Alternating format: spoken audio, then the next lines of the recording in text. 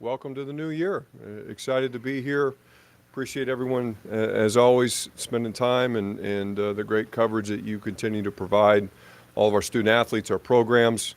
I hope that as you spend some time in the building and around our student athletes, our coaches, you can sense the energy in the air across the campus.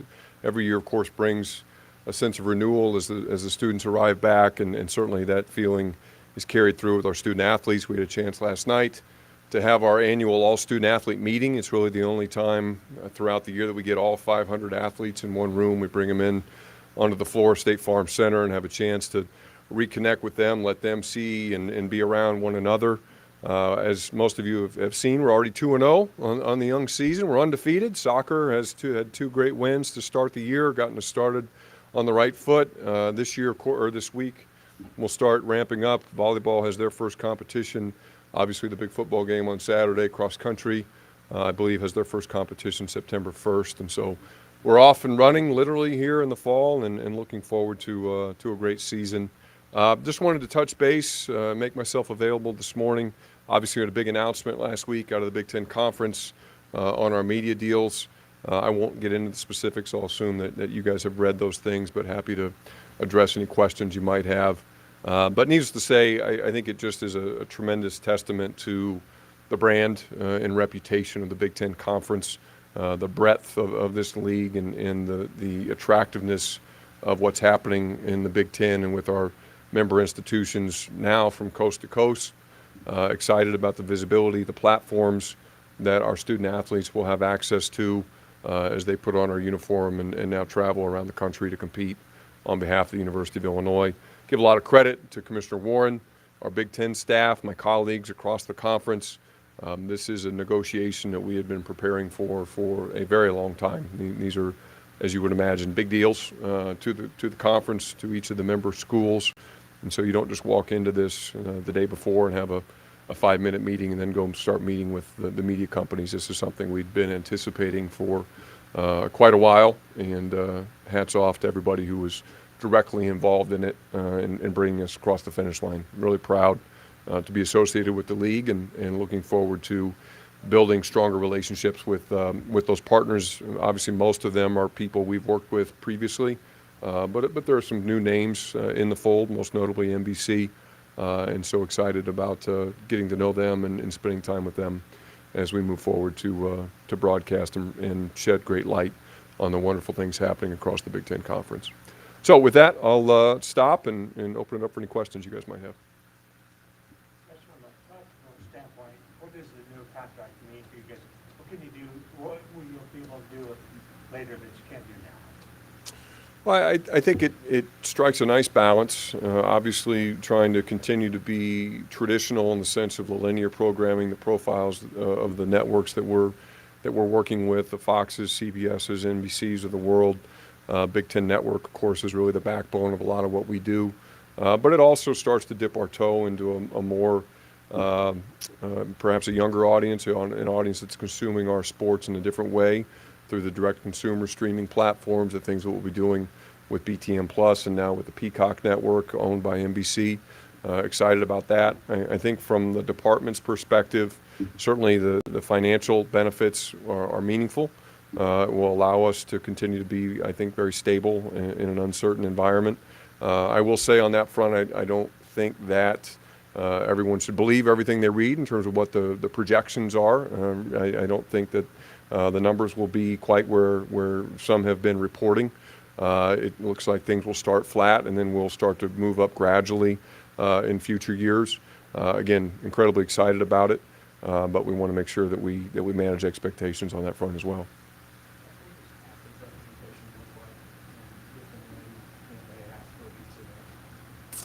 Yeah, it's a good question. I think that as we all understand, we're living in a very dynamic, evolutionary time in college athletics. We talked about this at some length during the roundtable this summer.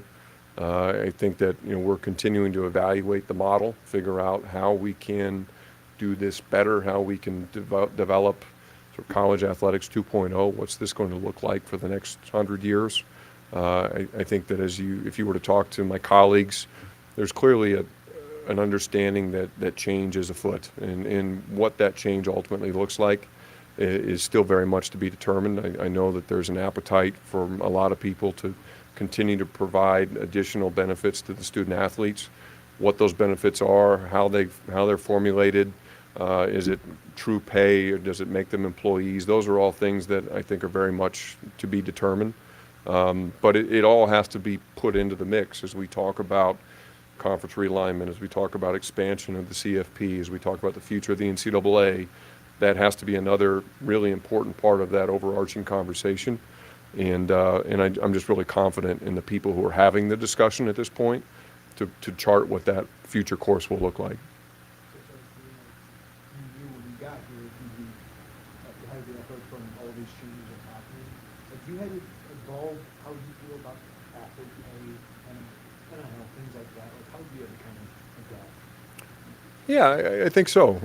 I think clearly the pace of change is just so accelerated at this point in time. So when I got here now almost 7 years ago, if you had told me, hey, this is where we're going to be or be headed 7 years later, it probably wasn't something that I had spent a lot of time really thinking critically about. But certainly I've made up for lost time here in the last several years and have thought a lot about these things. And like most people, or many people anyway, I think that my understanding of our system has certainly deepened. I think my understanding of the challenges and the opportunities that we're confronted with have evolved. And I think having a greater appreciation for where I think we can go and should go has certainly changed over time as well. And so it certainly is a different dynamic, a different landscape than it was in 2006, early 2016 when I got here. And what's exciting, though, I think, is both in this position and then across the Big Ten Conference to have a prominent voice in those discussions makes this a really exciting time for me as a professional. You see the discussion about student athlete play and NIL and those things. Is that because you see the opportunity to present to your athletic department? I think that's one of the reasons. I think that as you look across the landscape, it's evident that change has to come. And I think it's a question of the process by which that change occurs. And what we've watched happen over the last decade are a lot of other people have started to dictate change to us, whether it's the courts or the state legislatures or even the media to an extent. And so I'm a big believer that we're at a position now where we should learn from what's happened over the last decade and be more proactive in some of our decision making. That's really hard to do because that kind of change comes with it inevitably challenge and struggle and trying to develop consensus even amongst 14 or soon to be 16 schools in the Big Ten, let alone say 65 or 69 in the Power Five or the 130 in the FBS or 350 and all. Each of those, as you grow the pot in each case, there are more and more voices at the table, and it gets really hard for people to develop consensus around different concepts. And so there's the theory of what I think sounds like a really interesting possibility, but the reality of that is still presents, I think, a lot of challenging dynamics. Bielema starts his second year on Saturday. Can you just comment on the state of the program and where you think it's headed? Incredibly excited about the future of our football program. Really looking forward to this week, this season. I can't say enough good things about Coach Bielema, our coaching staff, our student athletes. They've had a tremendous offseason. They've put in an incredible amount of work. It's amazing what a difference a year makes just to be able to go out to training camp, practice. Everybody knows where to go. Everybody's using the same language. There are common expectations across the board. There's a level now of player accountability where the players understand the expectations. They're able to hold each other accountable for their performance. And so that's been really exciting to watch develop and grow. I think the young men in our program believe in themselves. They believe in their opportunity to go out and win every Saturday. I think as Coach says, and as we've often heard, you're going to respect every opponent. You're not going to fear any of them. And our football program right now, I think, embodies that. And looking forward to seeing them strap it up on Saturday and start to see how these ensuing Saturdays play out. Quotes and language curious if you've been given any indication that the leagues look like playing on Thursdays or Friday nights going forward in the future. I don't think you'll see it dramatically different than what we've been doing here for the last 5 or 6 years. I think you'll still see some dipping of the toe into the Friday night thing the same way that we've done. Thursdays are highly, highly unusual. Obviously, we have one this year. That was something that we agreed to, and so that wasn't forced upon us. And so you'll still see some what they call special night events, is in kind of the lingo of our television negotiations. You'll see some Friday nights. You'll see some unique things, I think, around Labor Day weekend. You'll see some things around Thanksgiving weekend, trying to take advantage of some of those off weeks, some week zero things I think are always exciting. But nothing, Saturday is always going to be our bread and butter. It's going to be the place that people are going to go to watch Big Ten football from 11 a.m. Central Time all the way through until it's time for them to go to bed. And then the great thing with these new partners is they're going to get up on Sunday, turn on their NFL games, and the same 3 networks that they watched Big Ten football on Saturday are going to be broadcasting NFL all day and hopefully talking about what a great day it was in the Big Ten the Saturday before. What were the conversations inside the conference about how the new movie deal will affect basketball, especially losing the ESPN? I think most of those games winding up on the streaming. Yeah, I wouldn't say most of those games. Certainly a portion of those games. Now we'll have about 20% of the overall men's basketball inventory across the conference will be on Peacock. Peacock is a growing platform. It's one that we're excited to work with. ESPN, of course, has been a tremendous partner of ours for a long time, almost 40 years. And I think that relationship will continue, and we're going to continue to have a lot of different intersecting points with ESPN. Obviously, ESPN's the broadcast partner of the Rose Bowl. They own many of the postseason bowl games. As most of you know, they put on a lot of special events. The Jimmy V Classic, which we play in this year in December, is an ESPN-owned event. A lot of our non-conference opponents, of course, are broadcast on ESPN. And so we'll continue to intersect with ESPN in a lot of different ways. But it was a discussion point. And we all understand that as we go through a negotiation like this, there are advantages and disadvantages to each and every partner that we considered. We recognize the prominent brand that ESPN has in the marketplace, and we had to make sure that we were comfortable stepping away from that and embracing Peacock, NBC, and the other partners, which we think will continue to provide great visibility to Big Ten basketball. How is the exposure to Olympic sports and regular television changing with this year? I would say not dramatically.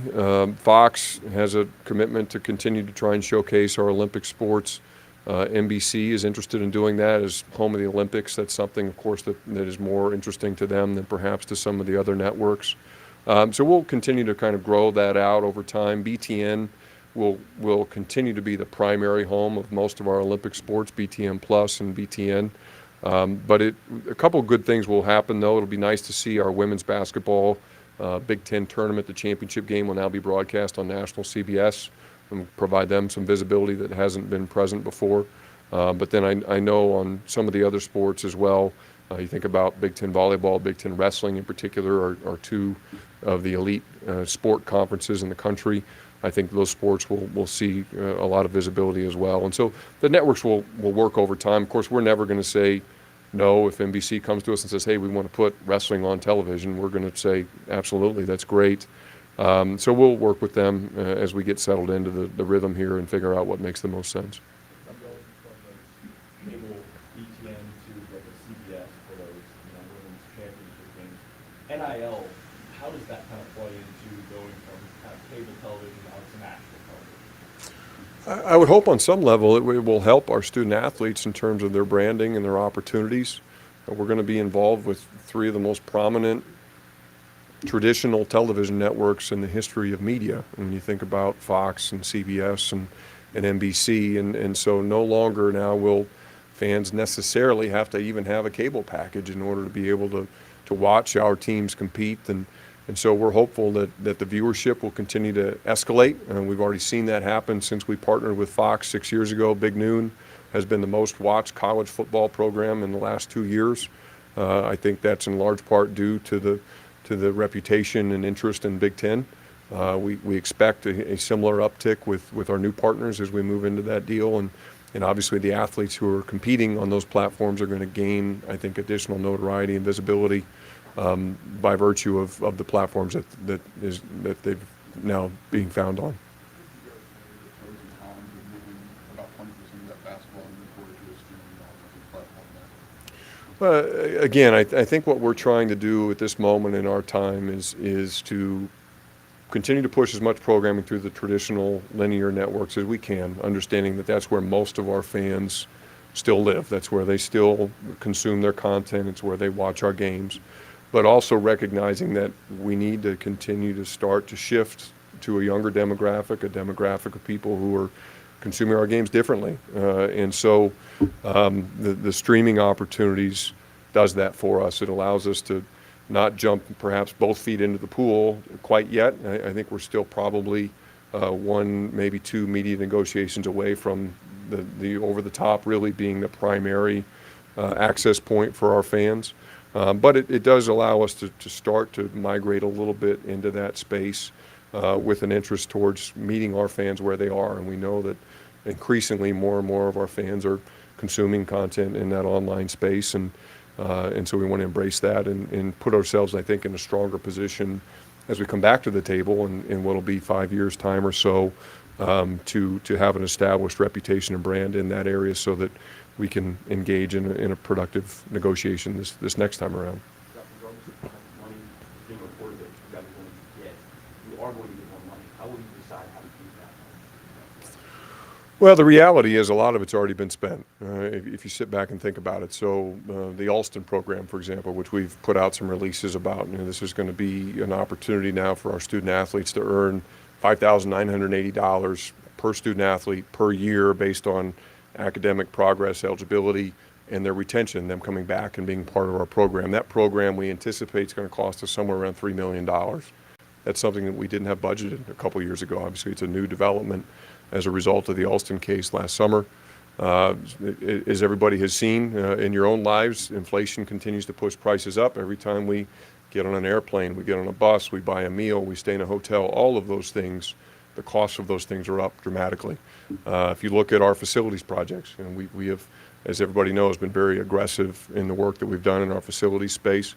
The short version is we've known that this was going to happen. We didn't know, of course, what the dollar figure was going to be, but we knew that there was a bubble that was coming on the revenue side, and we've anticipated that and budgeted accordingly. And so we expect that the money that will be coming in is already being put to very good use. The 2023 football schedule is kind of not out there right now. From an Illinois vantage point, what would be your preferred kind of format for scheduling football going forward? Well, there's two questions there. I think in 23, my hope is that it will look very much like a 22 schedule or a 21 schedule. I'm hopeful that in 23 we'll continue to see the divisions involved, that we'll just continue forward with a traditional rotation through the conference opponents on the east side. I think it's likely in 24 we'll see if there are any changes to happen, and I think that will happen in 24. It makes sense. That's the start of the full-fledged new media deal. So CBS next year is kind of a partial partner because they still have 1 year left on their SEC agreement, and so they won't be all the way in the mix, which is one of the reasons for the slow increase on the revenue side. But then obviously in 24 we're also starting to integrate USC and UCLA. So to me, that's the year that makes sense if there are changes in the coming to see those implemented for the 24 season. And I don't know what that'll look like. And those are still very much active conversations between me and my colleagues across the league. But it's certainly something that we need to get resolved here relatively quickly. What would you like, if you were able to design it, what would be the best thing for this school, maybe beyond? You're trying to pin me down, Bob, and I'm not going to do it. I think that ultimately we have to do what's in the best interest of the Big Ten. And in part, I think that's going to have a lot to do with how many teams can we put into the playoff. And so to me, there's still some open questions about what that playoff is ultimately going to look like. Is it going to be 4 teams, 8 teams, 12 teams. Recently, we've even heard talk about 16 teams. And what are going to be the qualifying factors to gain access to that field? I think as a league, it's important to us to put a scheduling model together that puts us in the most advantageous position possible to fill that playoff with as many Big Ten schools as we can. And so that's, I think, ultimately going to be the crux of the conversation is how can we do that? How can we make sure that we're putting schools in the best position possible to access the postseason? You mentioned the comparison NFL Sunday and college football Saturday. NFL in their negotiations, famously has the thing of not on TV unless it's sell out, that type of thing. That there's, Major League Baseball has blackouts. There's always that consideration of if it's too much TV, then there's no fans going to show up.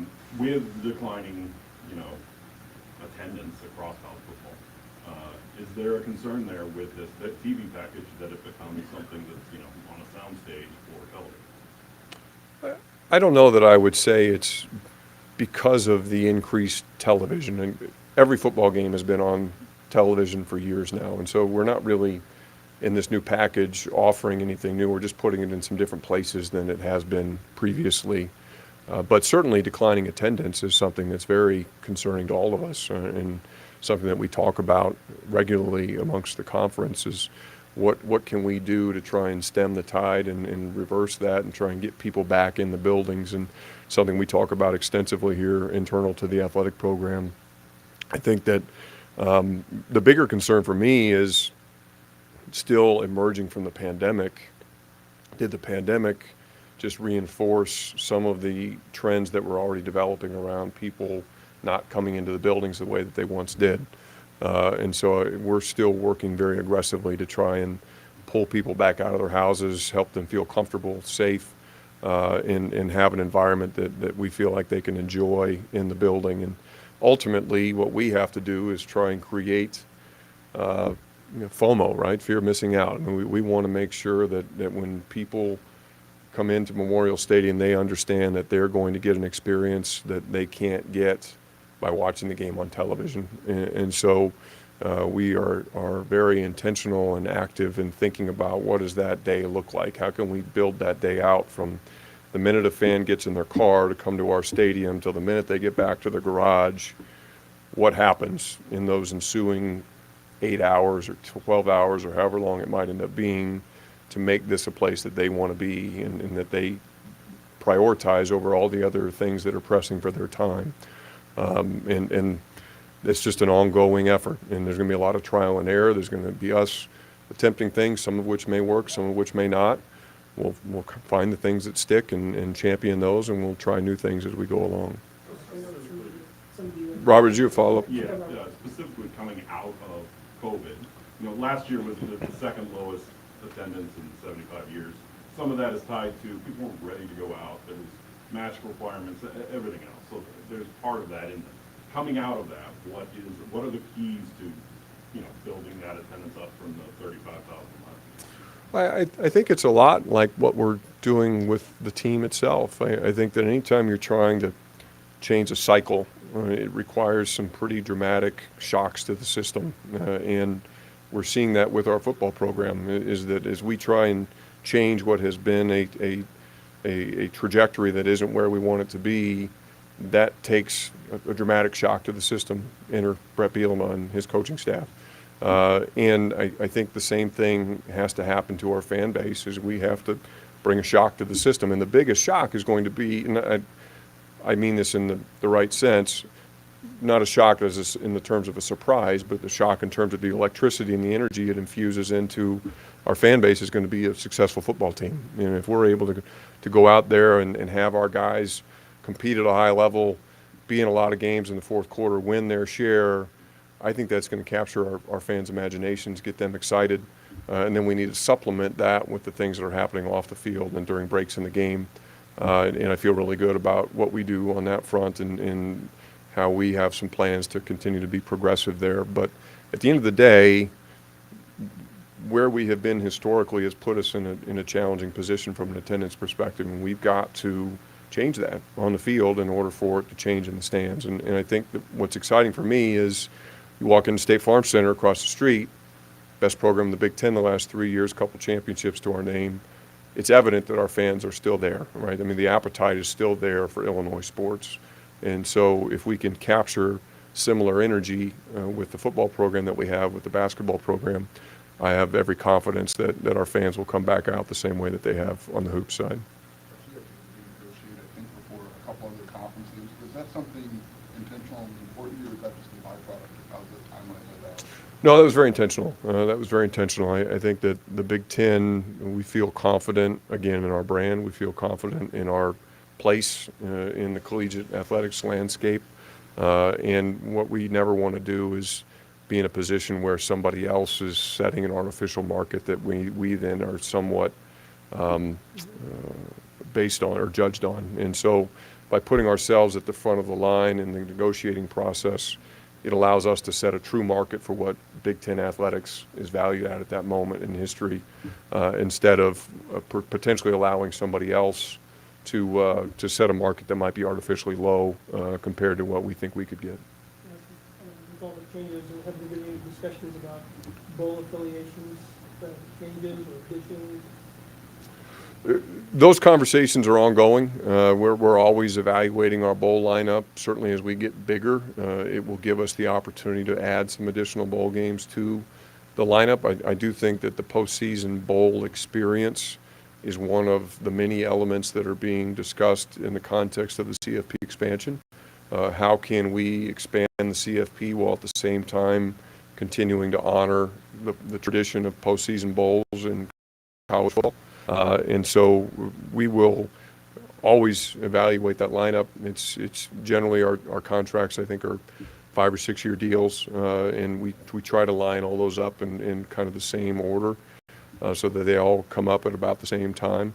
But it's been fun. Again, not unlike the television negotiations, the Big Ten brand carries a lot of weight. The bowl games want Big Ten schools to be involved, and so it puts us in a really positive position as we hit the bowl marketplace to really pick the geographic locations, the stadiums, the communities that we think will really embrace those games and get our fans excited. All right, thanks, Josh. Thanks, everybody. Thank you.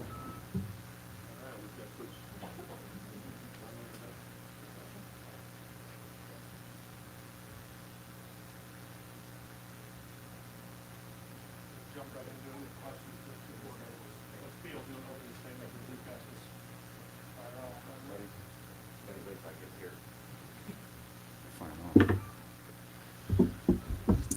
All right, everybody, let's roll, huh? Very excited to feel game week, new place they can- I think you feel like probably all the coaches and players do across the country on game week. Of course, there's not many of us this week that are, getting to play in 0 week, just a handful of teams. So, it's that you can feel in the air. Cam's broken and your focus becomes on an opponent, and it's what we all, it's what we all work for.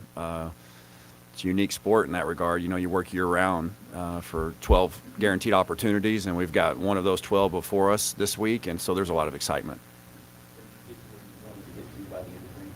Feel really good about what we accomplished during camp. I think, to spring, kind of piggyback off what we did in the spring, and get our install done and come back the next time, the next wave. I think our guys did a really nice job in camp. We pushed them.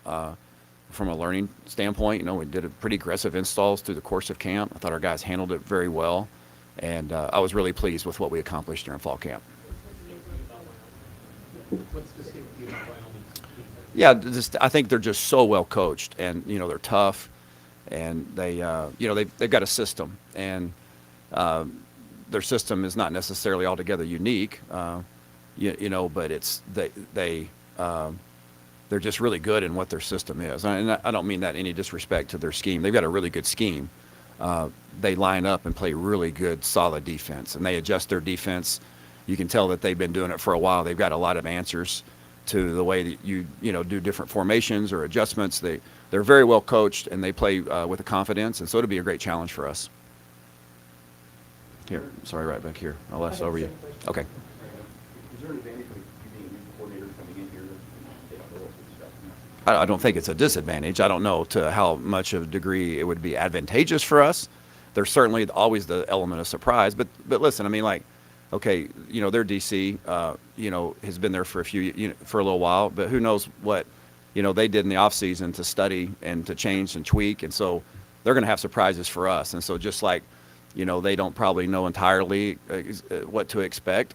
I'm sure they've had an educated guess on what they've worked. And, there's always going to be first game surprises. And to be honest with you, during the course of the year, there's going to be surprises because people adjust and adapt as the season goes on. But, that's obviously the long answer to a short question is, the fact that we do have somewhat of an element of surprise and them not exactly knowing what our identity is going to look like. I think it doesn't hurt us.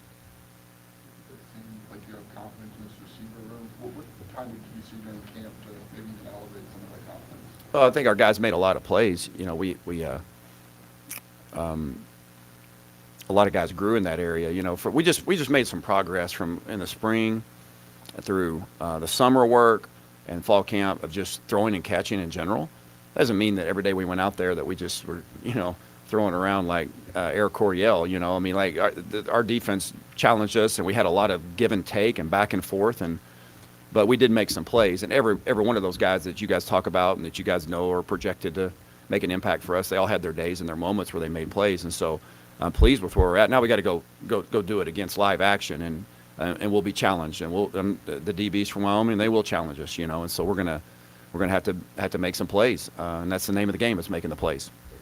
I'll handle whatever quarterback announcement you make one, but what did you see from Tommy? What did you see from Eric? I think just consistency, and I see a quarterback room that is, kind of microcosm of our offense, and the fact that they're learning on a daily basis, and that's always true. No matter if you've been in the system for 5 years or 1 year, every day is a new day. There's always something to learn and teach and talk about and grow from. And so, but I saw two guys, and not just them. Everybody in the room were engaged in growing and getting better, and ultimately getting more confidence in operating the system.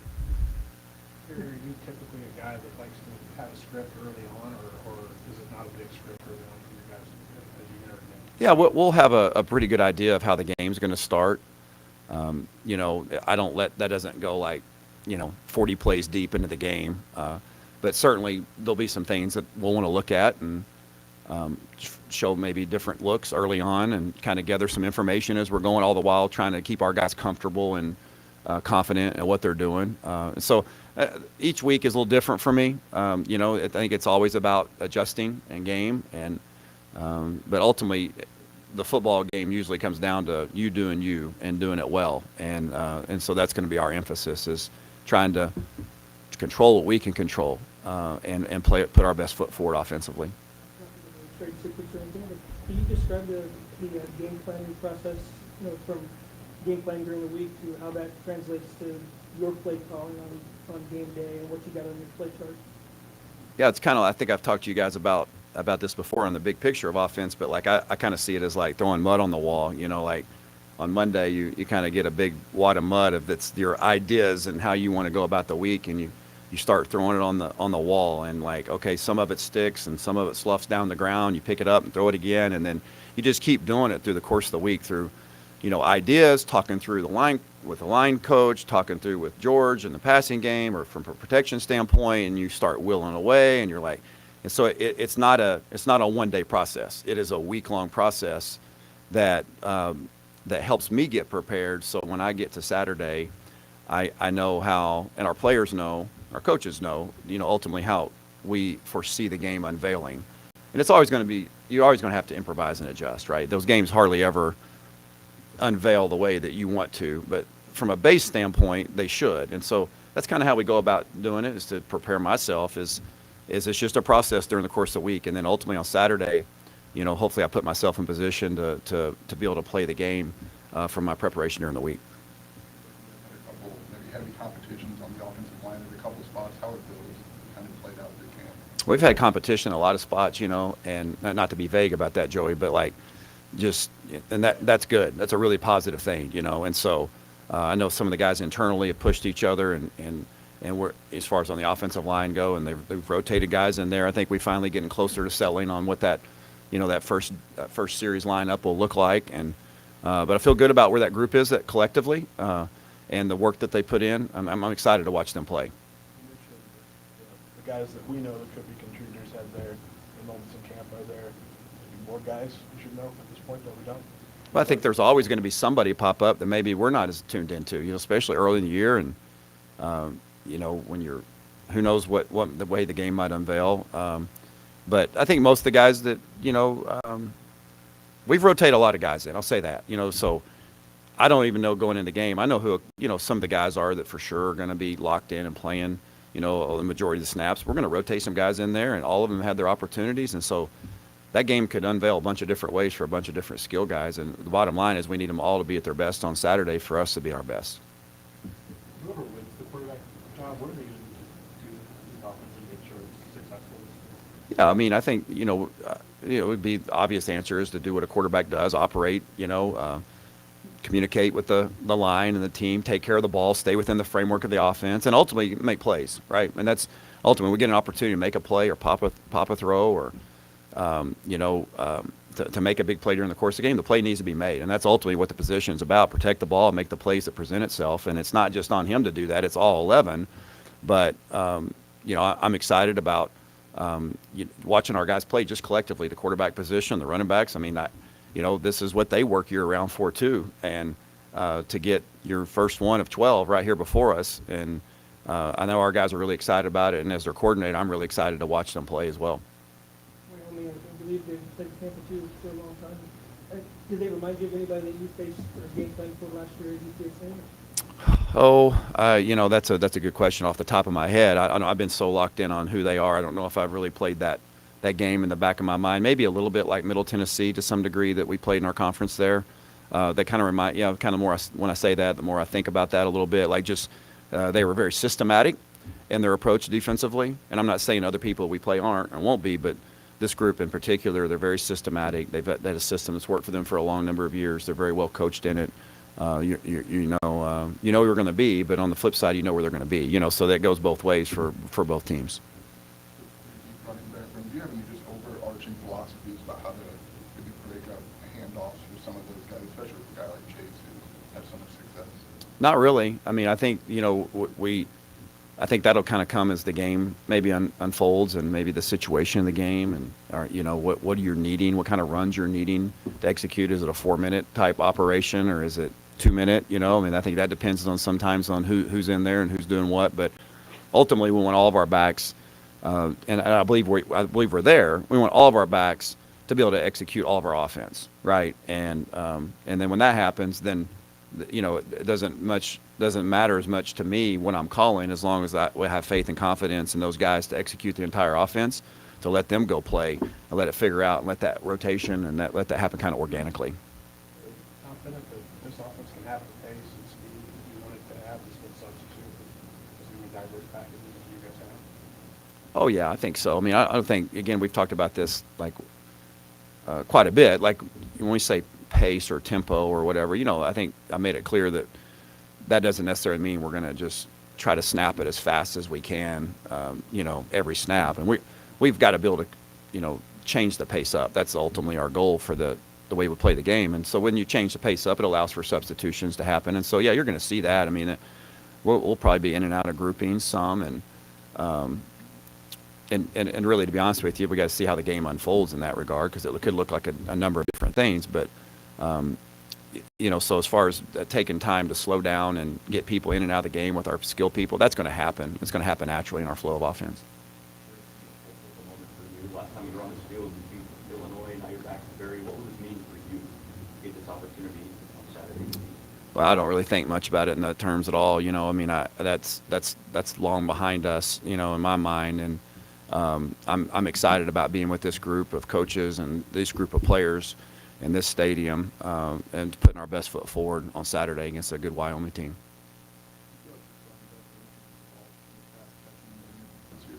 Yeah, I do. That was a brief one. That surprised you, didn't it? Well, Yeah. what gives you that? Yeah. Well, I mean, just practice. I mean, that's ultimately where you gain confidence from is practice, right? As the coach says a lot, your practice habits become game day realities, and so what shows up in practice usually shows up in games. And I think those guys have done a nice job for us in that regard in all facets. And so, yeah, do I expect them to show up to some degree? Yeah, but if you watch our, historically here last year in this offense here, they caught some balls, and where I was at, we caught some balls, and as we build our offensive identity here, that'll be important for those guys to be involved in some facet, you know. You've got 3-4 weeks of practice with him now. What's unique about Tommy to do that? Well, I think that's a good question. Started answering it before I had the answer. I think unique about him. I think what's unique about him and Art and like Ryan Johnson is just their maturity. I mean, like the other day we were kind of talking about just their stories, and like I was kind of blown away by like just all that they had been through in their careers, and not necessarily in a negative way, but just like the experience. I mean, Tommy's older, Art's older, Ryan Johnson's older. We got 3 guys in that room. We have a real strong dichotomy in our room. We have those older guys, and then we have the young pups. And if I'm one of those young guys, like I am absolutely just gravitating towards these older guys because they have been through it. They've seen the best and the worst in this business: injuries, coaching changes, coordinator changes, ups and downs, what the position. So I think that's unique to Tommy, is just his experience. And you can see when he plays, he's played a lot of football and he's comfortable playing. Same for Art. So does that make him altogether unique from anybody else in our room? No, but just in the large scale of things across the college football spectrum, like he's unique in regards to his experiences, right? He's played a lot of football and seen a lot of things, and I think that's really made him into who he is. Unless you don't need it, you're good, Coach. Thanks, everybody. Thanks.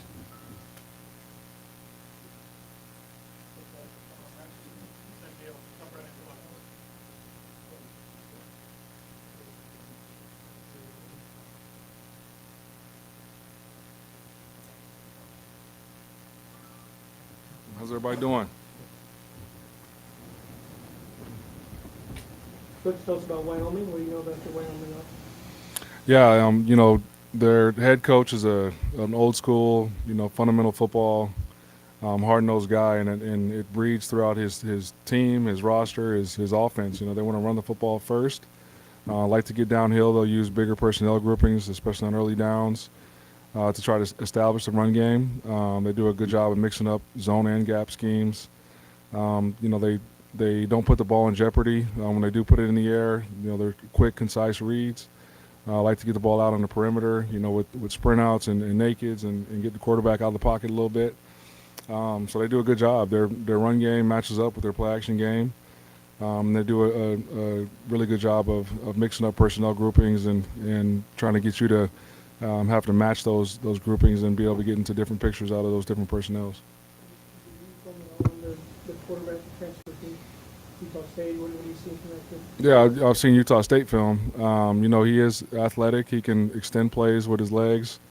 He's got a quick delivery. It seems like when he knows where to go with the ball, he gets it out on time and he's accurate. And that's sort of what we've seen from the catalog of film we've gotten from Utah State. Probably your starters in your defense, the guys who are older, who played years before, like Zeke, Kendall, Mhm. Vance. What are you excited for? What are you looking for Saturday when those guys get on the field and kind of take the role? Just to see what we've been seeing in practice, just the consistency of play in and play out, and just doing their job. That first game, there's going to be jitters. Guys have the tendency to go try to find plays instead of letting the game come to them. So that'll be something that we preach to our guys defensively is just let the game come to you as it does. Make the plays you're supposed to make, and just do your job. That's what they've been doing all fall camp. And so I'm looking forward to seeing a clean game. Obviously you worry a little bit about tackling that first week, but we've done a good job in scrimmage situations of getting guys down and playing fast. And so that's what we're looking for from a staff standpoint on what to expect from the players. Did training camp help you maybe resolve some of those starting positions that you have to fill? How do you kind of, going into the first game, you react to that process? Yeah, I think I like the core group of guys we got. We're running with the ones and the twos. We've seen improvement from guys that we needed to see improvement from, and guys are playing fast and communicating and executing at a high level. And that's what we're looking for, and that's what we've gotten coming out of fall camp. Adequately been able to prepare for Wyoming, considering all the personnel changes that they've had in this offseason, maybe more than the way Yeah, so you tend to look at more scheme than you do actual production. They've stayed pretty true to their identity over the years, even with some staff turnover. And so that's what we've been looking for is, what are we getting out of certain personnel groupings? What type of plays do they like to run out of certain sets? They'll plug and play guys, that are new or inexperienced on the roster. But I'd be hard pressed to believe that their identity is going to change a whole lot. And so that's what we've been focusing on. With the addition of Tier on or shot with both back and forth, how do you have to feel with that in that room kind of tackle? Yeah, we feel good. Coach Jameson's done a great job of mixing those guys in and really developing those new guys and getting them to play with the type of technique and fundamentals that we play with on a consistent basis. I'm glad that those two guys are on our roster and they've added depth and added some competition and into that room, and that's elevated the level of play in that room. And I'm excited to watch them play this fall. There's a lot of promise and potential of what Keith and Johnny can be in those spots. Just what do you expect from them? What do you kind of see as what they can achieve? Yeah, I expect Keith and Johnny just to be Keith and Johnny. We don't need them to be any more or any less. How they play and who they are plenty good enough for what we need them to do defensively. They add experience. They add some competitiveness to that room. Both of them are very athletic, very strong, and they got to win and own the line of scrimmage for us to be successful defensively. And so we're counting on them to shoulder a lot of that weight for us and be stalwarts for us up the middle. Talking to Kevin and Andy, they talk about your ability to manage people. Part of why you were successful last year, why I think you'll be successful. What's your plus in managing people as the leader of people? I just to be myself and to be genuine and be consistent. I think that goes a long way. I'm not afraid to voice my opinion, but I'm also seeking out counsel and advice. I feel like I'm a fairly good listener in that aspect. And I've been blessed to be surrounded with great people. From top to bottom. Coach B has done an awesome job with this staff. We make each other better every day. It's been a joy to go against. I say a joy, but it's been a joy to go against our offense every day. They've challenged us, and we've challenged them. And there's been some healthy back and forth this fall camp, which is what you want to see. As a program. And then the guys in our room. It's very little that I have to manage. There's no egos. There's high football IQ, high character guys. So it's an easy room to manage. But I do think that just being genuine, being authentic, being who you are consistently every day goes a long ways for guys that are trying to follow you. Okay, so you were in the interviews with them. Mhm. Guys like Andy, who's got a lot of DC experience. Kevin's got DC experience. On paper, some people might think that could be an issue. Why has that not been an issue for you, or why did you embrace that? I'm a confident person. I'm not ever looking over my shoulder. I'm confident in my abilities, and that's what's gotten me to this point in my career. And so I looked at it as a bonus to having that kind of experience, that kind of expertise, to try to continue to learn. As a young play caller, it was important for me at that point and juncture in my career to continue to grow, and that was one of the main reasons that I was attracted to this opportunity. And it's been the best career move I've ever made, just because I am getting fed, and I am growing as a defensive play caller and like you said, a manager. And those guys are helpful and pivotal in that aspect. Titus Swain is their feature back this year, almost 800 yards running. What kind of back is he? What are some challenges for the defense to slow him down? Yeah, he's hard to bring down. He does a good job of following the tracks of his offensive linemen. He's a one-cut, get vertical guy. He's got low center of gravity, a wide base. So we're going to have to do a good job of wrapping him up and having a high-level pursuit to the football. Vegas round maybe the most important change as you transition from 3 weeks of camp to game The biggest on a day-to-day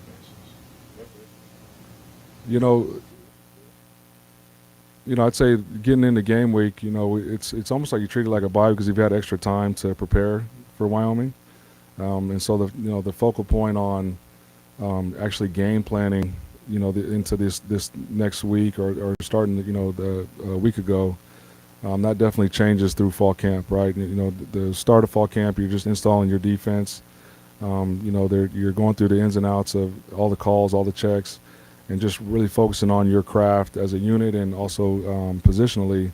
Then as you get to the season, now it's okay. What are we trying to stop from our opponent? And what are the sort of things that we like versus certain personnel groupings and we don't like versus certain personnel groupings, and really diving into more situational football. Like what are you doing in third downs in the red area?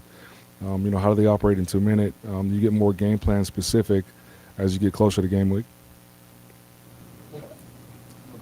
Sorry you've been asked this, but we've heard a lot about players like Matt or maybe even just some guys who maybe would be like number 2 or below on the depth chart, they impress the level that they have. Is there a way you go about trying to incorporate them in the game where there are more veteran and experienced players ahead of them? No, in my mind, you got your starters, and those guys are going to play.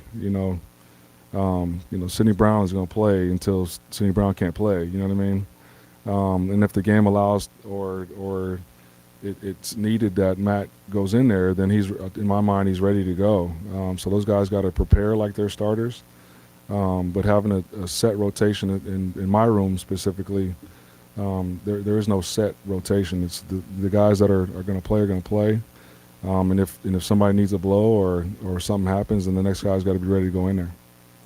Adaptation or development of the cornerback spot opposite of Spoon going through preseason camp and in your mind when you got in the game? Yeah, I've been really pleased with what Coach Henry's been able to do with that group, and to that group's credit, they've really answered the bell. There's been a lot of healthy competition. Guys like Taz, guys like T. Strain, and then some younger guys that have really stepped up and tried to push the envelope. And so, the experience out of that particular spot might not be there from an in-game standpoint, but they've had a lot of reps throughout the course of spring and fall camp, and they've played good football. And so I'm excited to see those guys get the opportunity to play some meaningful downs and get some quality in-game reps, and hopefully they'll play at a high level. Anything else for Coach? Cool, thanks.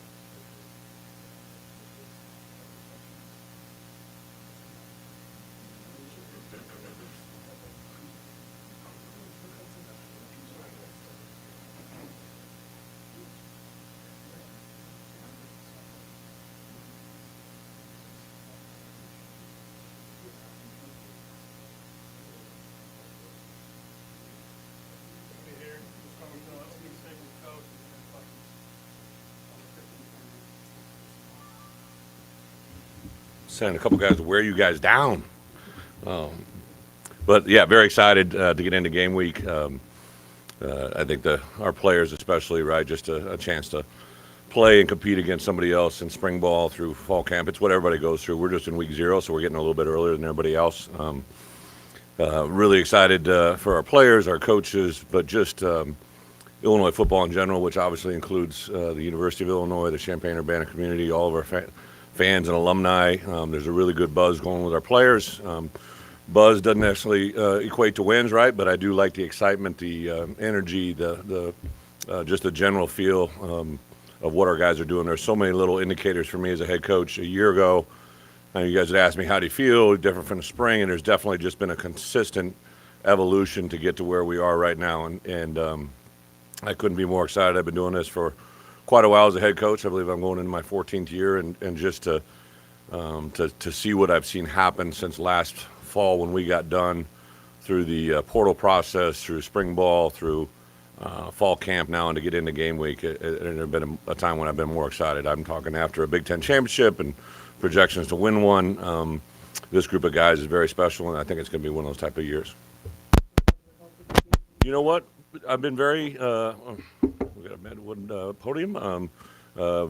Just met with the docs yesterday. Have been very impressed with not just our overall health, but just our ability to handle the moments that have popped up. Had a couple soft tissues, had a couple guys with concussion systems that worked their way through it. But T-Raw was really the only guy that came into camp limited. Sean Miller was limited, but he got cleared. He took a couple pops, direct hits on that shoulder during scrimmaging, so we're 100% sitting on ready. There's a couple guys that are soft tissue that I think will be cleared by midweek, but for the most part, we're overall very healthy. The starting quarterback position. It took 2 questions. I know who the starting quarterback is. The starting quarterback knows who the starting quarterback is, and our team knows that, right? I think our guys understand the value of these first games, what it allows us to do. I think we learned it last year firsthand, that sometimes to show up on game day and let everybody see the University of Illinois unfolded for the first time in reality is a good thing, so we'll kind of stick to that messaging. But I would say the 2 top candidates I've been around Art for obviously a full season now. I think the concerns that we had going in the first place when I told Art that we were going to go after a quarterback that was going to be a portal quarterback, I'm very upfront with our players. I think one of the things I greatly respect is the relationship that I have with our players of being honest, full throttle. And I told him, specifically about Tommy, right? And Art's reaction then is the same that it is right now today. I think he wants Illinois to be successful. He obviously has individual dreams and goals, but those two have built a relationship that I've seen a lot of good quarterback relationships. Those two are, as you know, they're kind of unique, different people, right? From the same area of the country and all that, but 2 kind of different guys, but they get along extremely well. To watch their interaction during practice, to see them, hear them compete is awesome. And I would say both of them, obviously I've known Tommy less, but both of them are playing as good a football right now today as I've ever seen either one of them play. Yeah, Luke, by NCAA rules, we took him out of the 110, and same way with Donovan Leary. It's just kind of standard process when a guy can't participate. So we could go back to full roster on Saturday of 118 players, so we're at full roster. Luke, last night was kind of a modified early down practice, but it was 12 periods, and he was there the whole time. Didn't have any problems, didn't have any issues. I think the combination of Luke, Tip, and the other guy that's had a really good camp is Mike Marquez. I'm excited to see that tight end group because all 3 of those guys are a little bit different. And you throw in Griffin Moore, who's playing really good football. Griffin had a kind of an uptick about week 3 of fall camp, and he has been riding a rodeo that's been pretty good. I told him whatever you're sleeping in, whatever you're eating for breakfast, stay with that because it's running in the right direction. So I'm excited to see all those guys. And then I think Henry Boyer will play for us at tight end as well this year. Oh, yeah.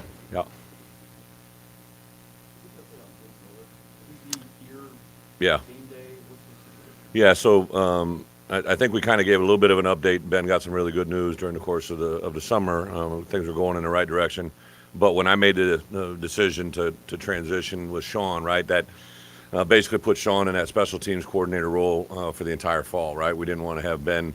He's with us quite a bit. I was with him for about an hour and a half this morning on a Zoom call, and then he and I met individually after that. He's doing some things that kind of more of an analyst type role, right? Like he can't coach. He is not performing coaching duties. He is allowed to stay on recruiting, which is what we basically meet about. Because of the NCAA, I was able to replace him physically on the field as a coach, but we can keep him alive in a recruiting role, and that's what his capacity is. And everything's been very, very positive as of late. But projected, we probably won't be able to, if everything goes well, wouldn't be able to have him back in our midst as a normal guy until October, November. So we'll just wait till after the year. Obviously, you on the field will impact attendance. But what is your hope for what fans will show up this year? What's it mean to your program, your players, and recruiting? Yeah. I've learned this through my years as a head coach, right? Like I obviously don't have the ticket manager title in my resume, but I realize very, very much, and I remind our players and our coaches every day that people will come and support what they're proud of, right, and what they enjoy watching. So even though I'm not directly in charge of ticket sales, I am directly responsible for, I think, what kind of crowd we get, right, because the product we put on the field is what I think people want to be proud of. They want to come and see something that's entertaining. I think, not revealing too much, but offensively, defensively, and special teams, I think this will be an environment and a game that people will be excited to watch. I think we got some dynamic skill players offensively. Every rule that comes down the pipe now is designed to make more plays happen offensively and allow people to score more points. I'm a former defensive guy that says that with a grin, but I think part of the reason I like this team is I like watching them compete. I like watching them play, and I think that can be a direct indicator to our ticket sales, really. And I tell her, I've talked to numerous groups. I literally just had a Zoom call with some great supporters that are hugely responsible, from the way our building is built to the rooms that are in it, and several other things in the athletic department. And I told them the same message I've told if I'm talking to a group of local people who maybe haven't given a dollar, right? Like, we played our best football when we were on the road in front of big crowds. I think last year when we played in that Nebraska game, we were really willed in the second half to play well because of the crowd and the environment they saw, and it was only at about maybe a half to 2/3 of the capacity of what it can be. I've been in this stadium on the other sideline when it's roaring full go, so I know how great it can be. And if we can get to a point where we can fill Memorial Stadium because of the product we're putting on the field, we'll be in a great spot. Having local coordinators on the sideline with you and being able to look them in the eye. I know you're on a headset. Yeah, no, I think there's tremendous value in the two coordinators because of who they are. They both want to be down on the field, which I'm fine with. I don't have any issues with guys being up or down. I was a coordinator that was always on the field because I wanted to see the look in their eye, to your point, our players. Ryan has, I've watched him in action as a coordinator. I was really impressed with Ryan before the season, but I really became overly impressed, when I saw him on game day. Handle the highs and handle the lows. His reaction and demeanor to his players and his coaches is extraordinary. I'm fortunate you guys haven't seen it. I've been with Barry on game day. I'm sure he gave a couple dry one-liners in the press conference as well. He's a very stoic, very, very measured guy. Like, I know he seems carefree, but there isn't anything that Barry Lunney says or does that hasn't been thought of, right? Like, he's a very calculated person. When you get a chance to meet his dad, like, he is a great representation of what he's grown and been bred, to be in this world. And those two guys, and I tell you, Sean, I'm really excited. I know you guys don't know a lot about him, but Sean and I would say over the last month have really spent a lot of time together. I'm excited to see what special teams brings us. He's instilled a lot of confidence, I think, in both our kickers and our return game for sure. So excited for that product to hit the field as well.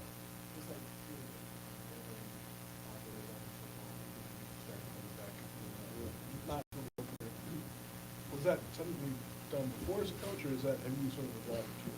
Yeah, I think that anytime there's and I said this to you guys, and I mean this with all due respect, the last thing I ever want to do is make your job hard, right? Like, I don't like it when people make my job harder than it needs to be. But the number one priority I have is to protect and build Illinois football to be as best as we can be on Saturday. And part of that is restricting access, right? We got a new offensive coordinator. Now, the good news for you guys, if we don't have change, I might let you in a little bit more next year, right? Because you're not really going to have anything new, right? But I knew offensively what we've seen, right? People are trying to guess, are they a little bit of us last year? Are they a little bit of UTSA? Are they a little bit of both? Whatever it is, right? Like, well, Saturday we'll find out, right? Like, I think there's a tremendous amount of respect in our program for Wyoming. Coach Bull has been a very successful coach in every step of his career, and to win 3 national championships at his, even though it was FCS, like, he plays really good football. He's an incredibly blessed coach who hires really good coaches. So we have a very difficult assignment on Saturday, which took question 14 to get to, but like, this is a tough challenge for us on Saturday. I think they're very comparable and may even be better than the UTSA program and challenge that we had with last year. So that's kind of where our mind is at. Your offensive systems kind of picked up what Barry was teaching them and maybe added something. Yeah, so it was very important for me to bring in a good football coach, right, with a good plan, a good scheme. But they have to believe in what they're saying, what they're doing, and then their demeanor to coach the coaches has got to be at a high level. And Barry coached high school football for, I believe, 5 years before I hired him, right? So that means he's in a high school, teaching high school kids how to run his offense and also coaching high school coaches. When Coach Fry gave me my first job, he said the only regret he had in giving me a job is that I've never taught, right? I was never a teacher. And that kind of has always stuck with me because it's not what we know, it's what we're able to teach. And I could tell right away from the way Barry taught me his offense and the way he says things, like the teaching element was there. And then what he did is parlayed that to our room. I don't want to speak on behalf of George McDonald, Corey Patterson, Bart Miller, Ben Miller. They just immediately saw, I think, a guy that knows what he's talking about. He's able to say it. He's got great demeanor. He does have a personality and a humor to him that is unique, and I think people just naturally like him, which gravitate them to learn from him. And then I'll tell you, the place that really jumped out to me was watching our guys interact with him during spring football. The detail that they played to, that he asked of, the questions they asked, it just gave me an indication of that he was reaching them on a lot higher level than we've been able to do. Wyoming, you mentioned challenges. Yeah.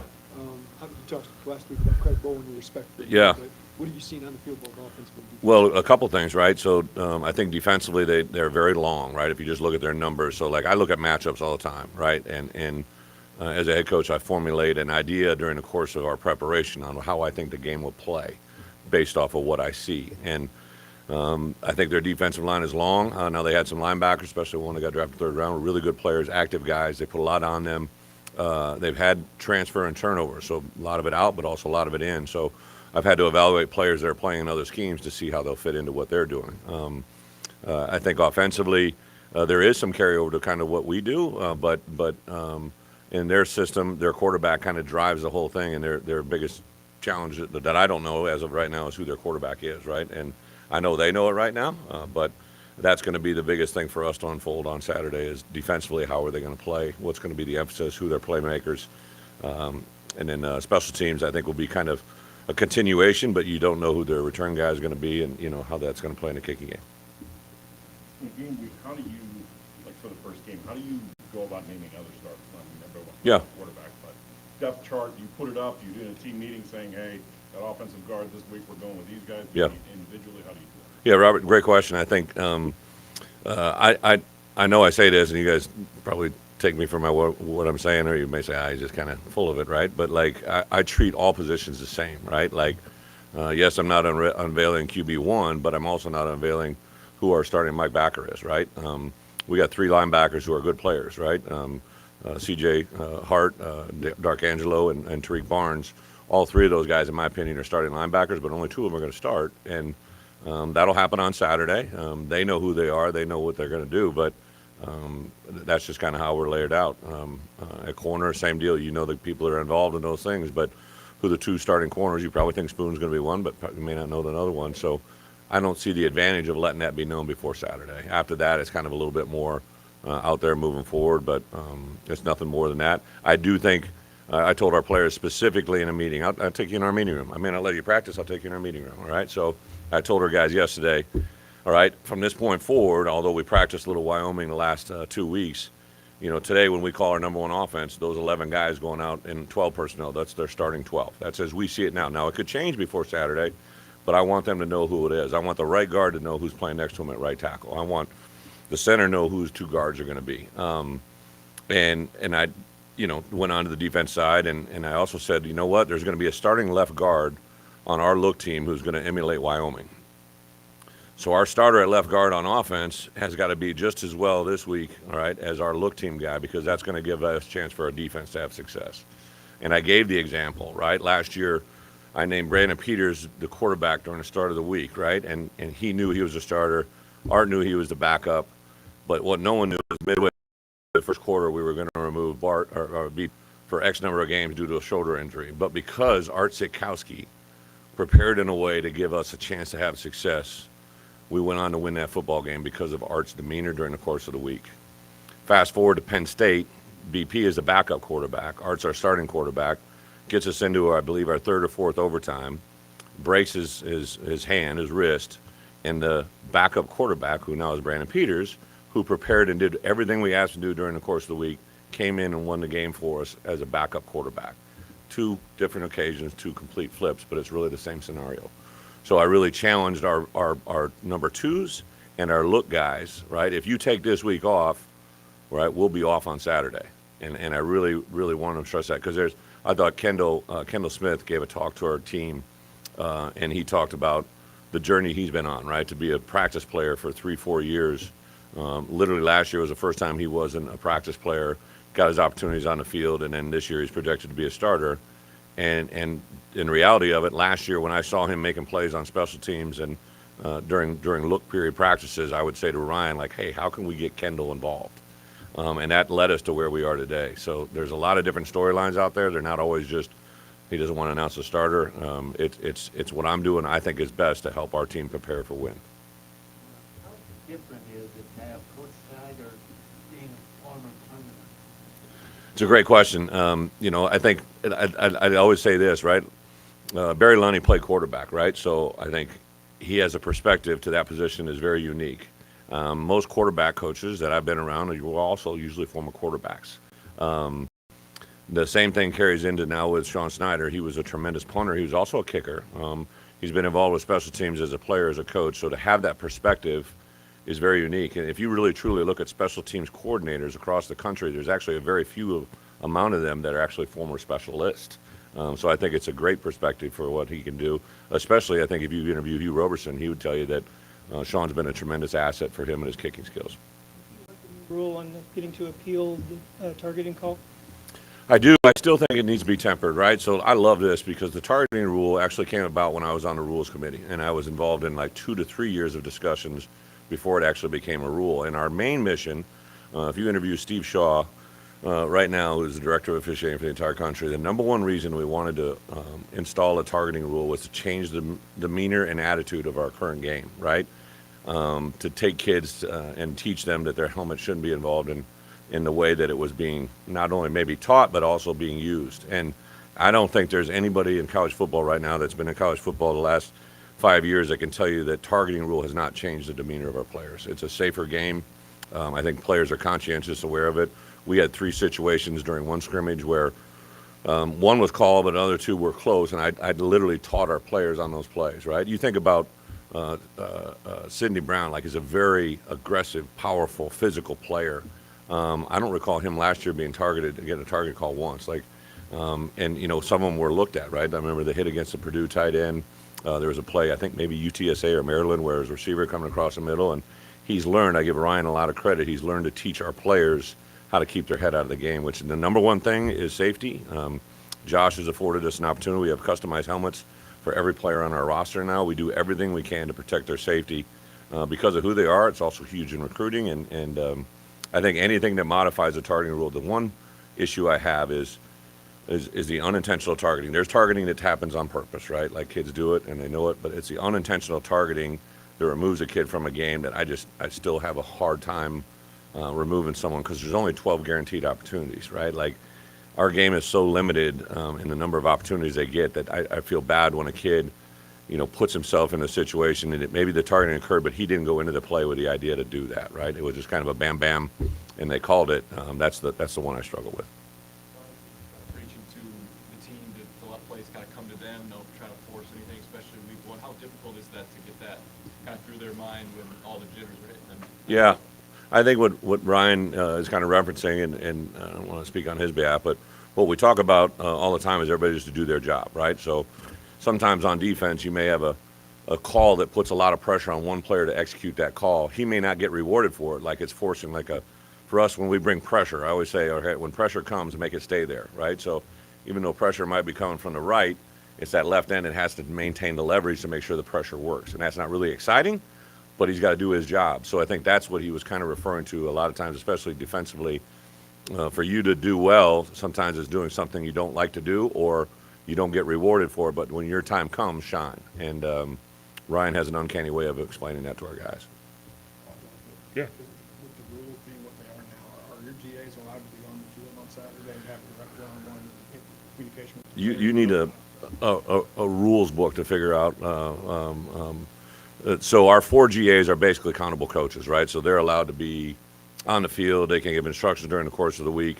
And then when they're on game day, they're allowed to be in the booth, on the field, GA'd, mic'd up. There's a few exceptions. There's even a bonus headset where we can assign it to someone, but they have to be within a certain age group. Like there's all these like crazy rules. I can promise you, we are going to be NCAA compliant. I actually have a small staff. If you just kind of look at our staff compared to other, if you just put the pure numbers out there, we have a couple analysts and some other things, but I don't always think that more is best, right? I think quality is important. So for our GAs, we have Vince Jeffries, who will be involved with our offensive coaches on the sideline, an offensive GA by the name of Tyler King that will be involved with our tight ends, and he'll be, Tyler will be on the sideline. Defensively, Preston Gordon, I believe, is upstairs, and Joe Dean is actually, I think Joe's going to be upstairs as well, defensive GA. You guys are worn down. Yeah. All right. Thank you very much. See you guys this weekend.